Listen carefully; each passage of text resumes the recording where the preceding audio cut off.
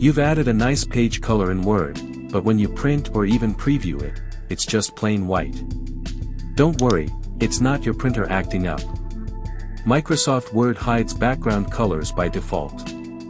Let me show you how to fix that in seconds. If you haven't added a background color yet, go to the Design tab at the top of Word. Click on Page Color and choose the color you want for your page. Click on File in the top left corner. Then scroll down and select Options, it's usually at the bottom.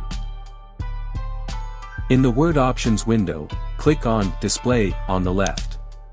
Now, look for Print Background Colors and Images. Tick that box. Click OK. Now go back to Print Preview, you'll notice the background color is finally visible. That means it's now set to appear whenever you decide to print. And that's the fix.